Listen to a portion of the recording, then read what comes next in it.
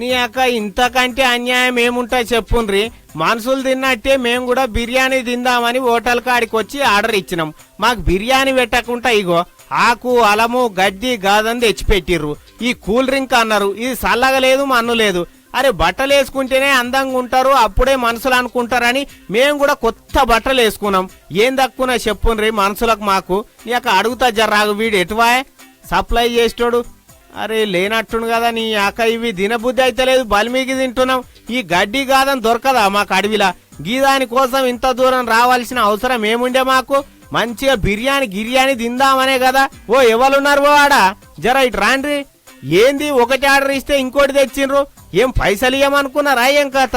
నీ అక్క చూడు అందరికి మంచిగా నూనెల గోలిచ్చినవి తెచ్చిండ్రు, మాకేమో ఈ క్యాలీఫ్లవర్ ఆకులు క్యాబేజీ ఆకులు పెట్టి సావగొడుతున్నారు. మేమేమన్నా వెరైటీ ఐటెంలు అడిగినామా? చికెన్ 65, మటన్ ఫ్రై, బిర్యానీ పెట్టుమన్నాం. మీ తాను ఉన్నదే కదా, అందుకే మాకు కోపం వచ్చేది.